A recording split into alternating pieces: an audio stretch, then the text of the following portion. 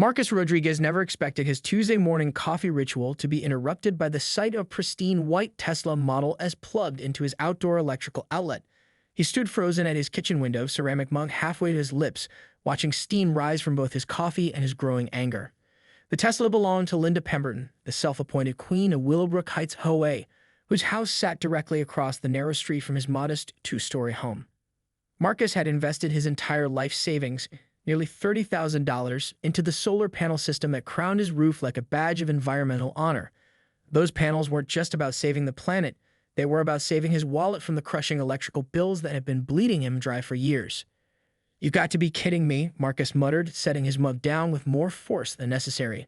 The sound echoed through his quiet kitchen, a sharp punctuation to his disbelief. He pulled on his work boots and stepped outside into the crisp morning air.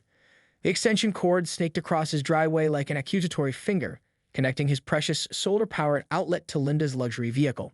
The Tesla's charging port glowed blue, greedily sucking electricity from his renewable energy system.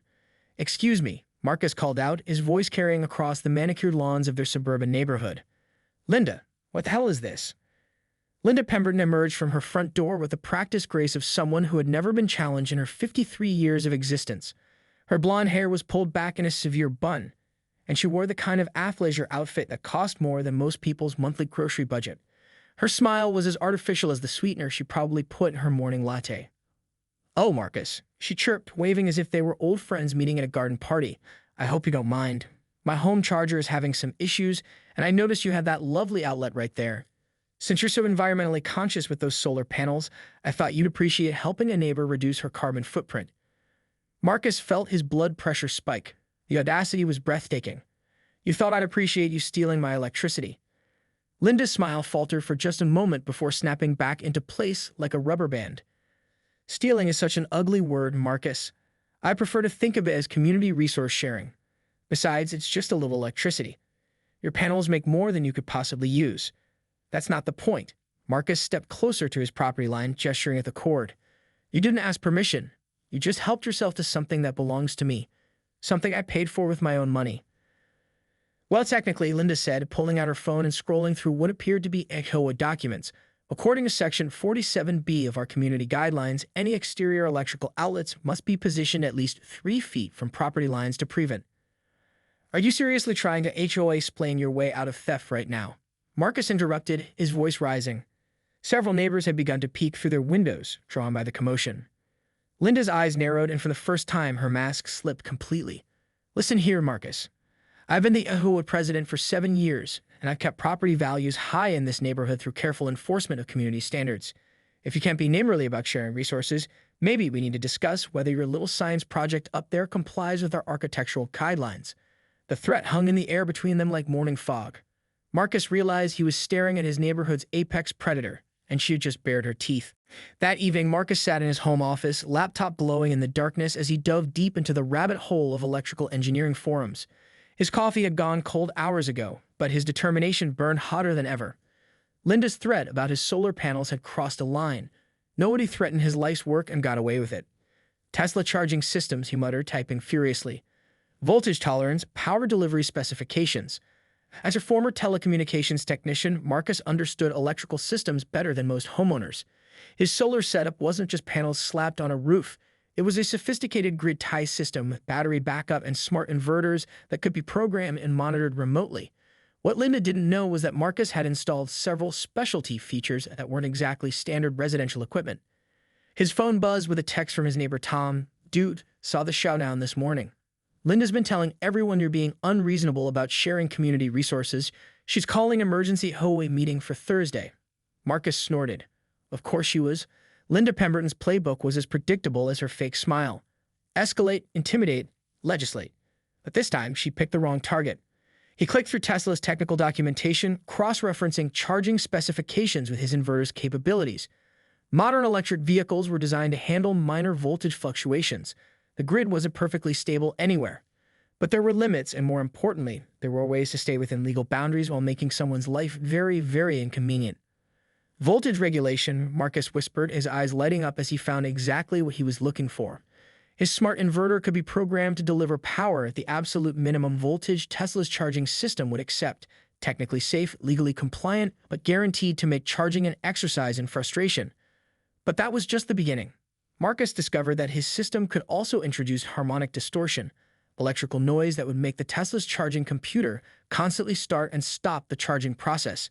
The car would spend more time diagnosing phantom problems than actually charging. At 2 a.m., Marcus finally leaned back in his chair, a plan forming in his mind. He pulled up the programming interface for his inverter system, his fingers hovering over the keyboard. With a few lines of code, he could turn his innocent outdoor outlet into a charging nightmare that would drive Linda absolutely insane while staying completely within legal and safety parameters. His phone buzzed again. This time it was a group text that had somehow included him, probably Tom's doing. Linda was already spreading her version of events. Some neighbors refused to embrace community spirit.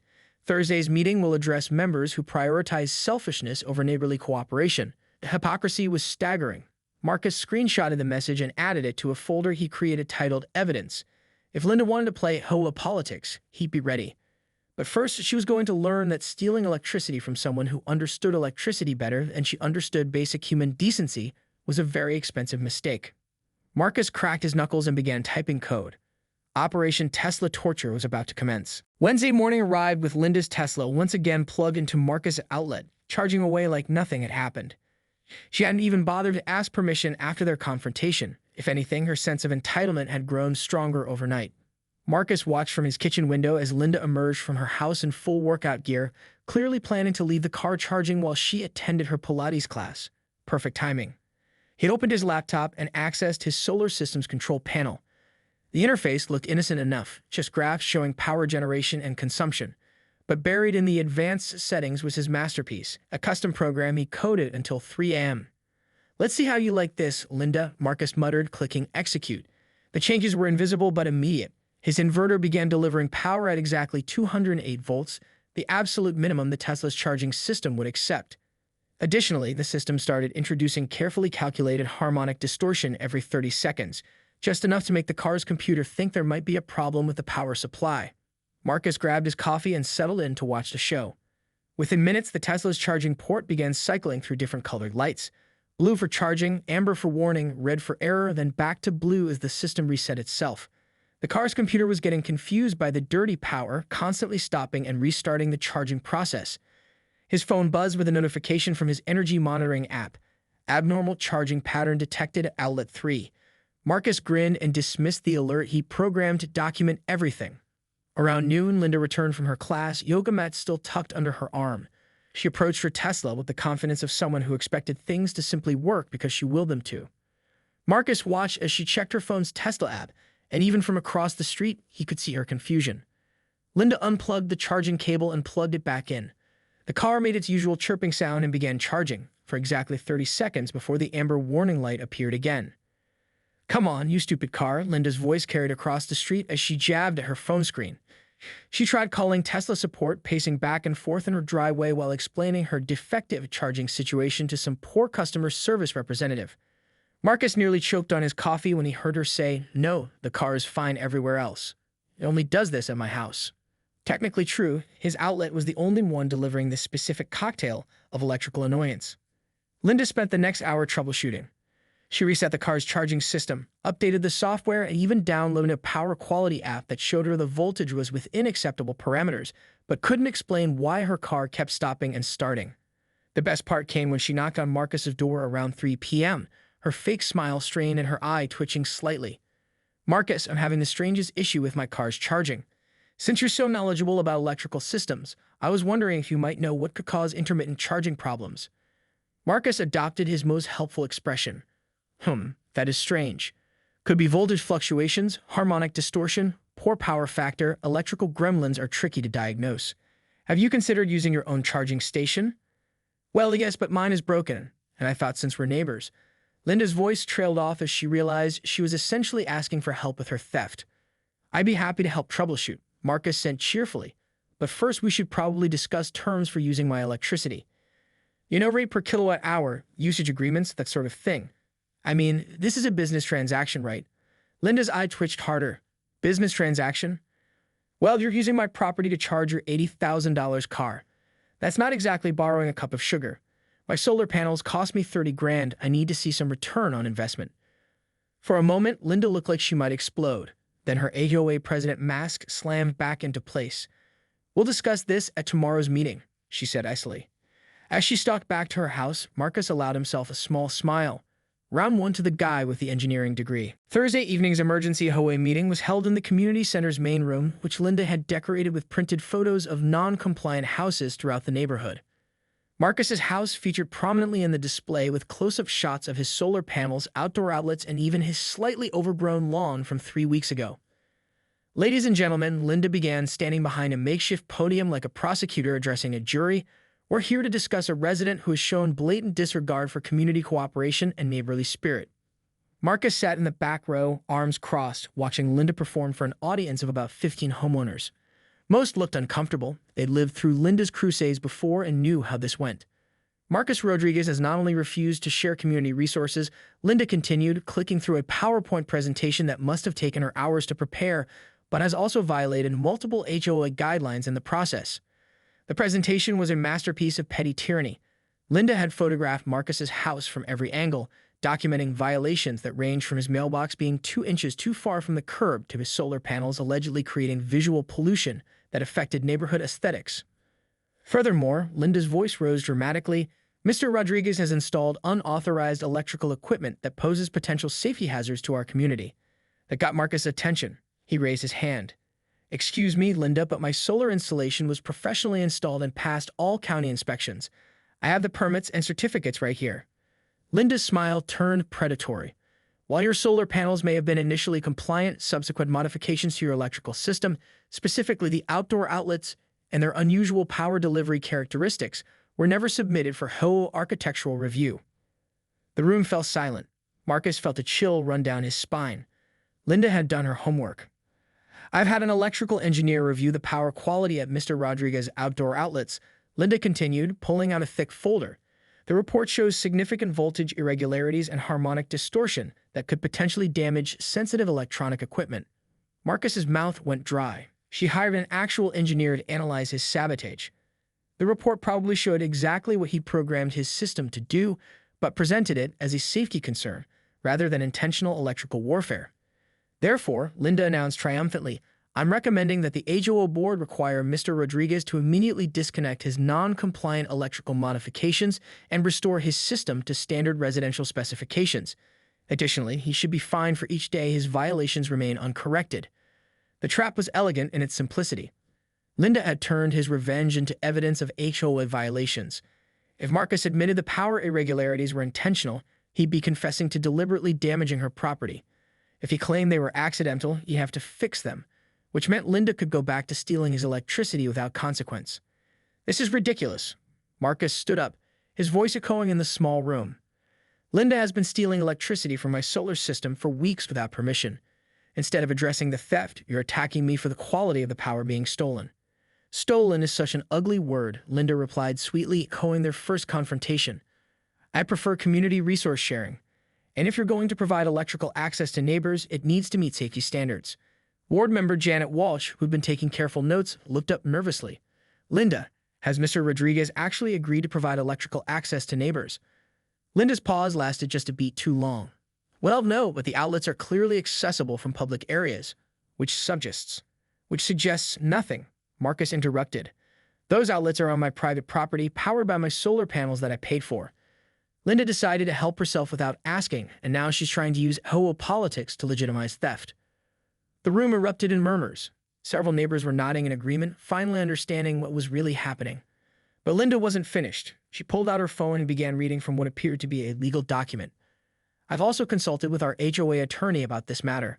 Apparently, there are liability issues when homeowners provide electrical service to neighbors. If someone's property is damaged by faulty power delivery, the homeowner providing that power could be held responsible. The threat was crystal clear: fix your sabotage or face a lawsuit when I claim your intentionally bad power damaged my Tesla." Marcus realized he was staring into the abyss of HOA bureaucracy, where Karen logic became binding law and theft could be rebranded as community service. Linda had turned his moment of victory into checkmate. The vote was scheduled for the following week, giving him 7 days to figure out how to escape Linda's legal trap without surrendering his solar-powered principles. Marcus spent the weekend doing what he did best: research. But this time, instead of electrical engineering forums, he dove deep into HOA law, property rights, and utility regulations. By Sunday night, he found his ammunition. Monday morning, Linda's Tesla was back at his outlet, charging away. But instead of his usual anger, Marcus felt something closer to anticipation. He made a phone call to the county utilities department, then another to his insurance company, and finally one to Tom next door. "You're absolutely sure about this?"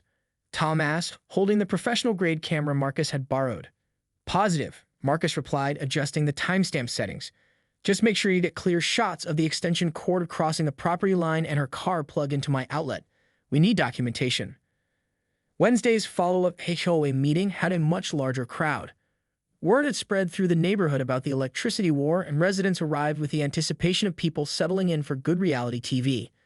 Linda began with her usual theatrical presentation, but Marcus raised his hand before she could build momentum. "Before we proceed," Marcus said, standing with a folder thick enough to rival Linda's engineering report, "I'd like to present some information the board should consider." Linda's confident smile flickered.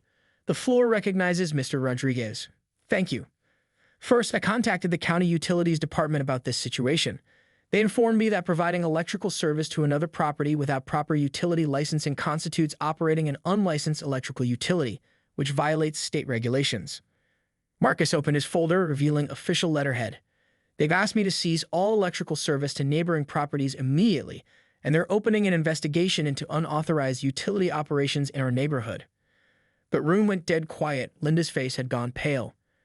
"Additionally," Marcus continued, "my insurance company has informed me that any damage caused by electrical service I provide to non-residents would not be covered under my homeowner's policy. However, they were very interested to learn that someone has been accessing my electrical system without permission."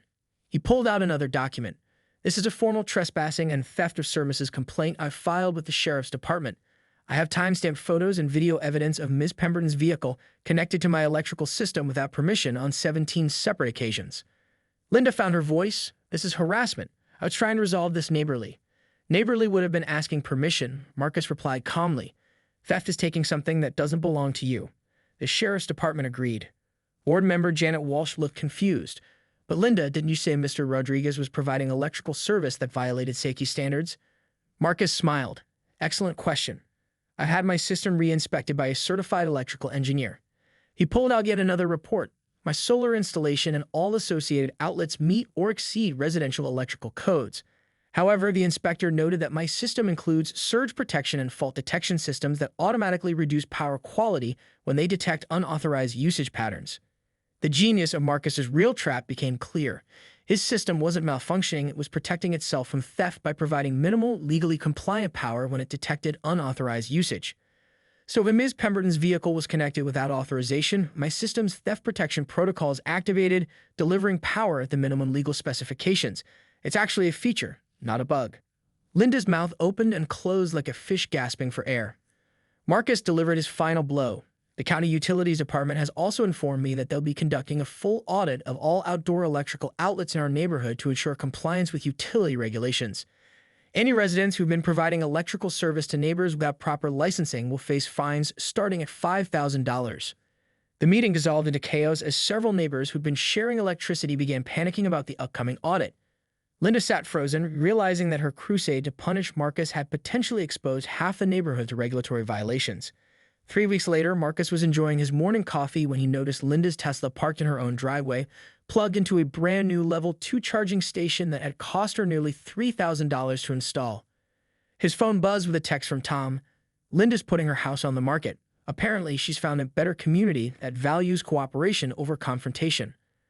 Marcus smiled and raised his coffee mug in a mock toast toward Linda's house. Sometimes the best revenge wasn't sabotage, it was simply understanding the rules better than the person trying to break them.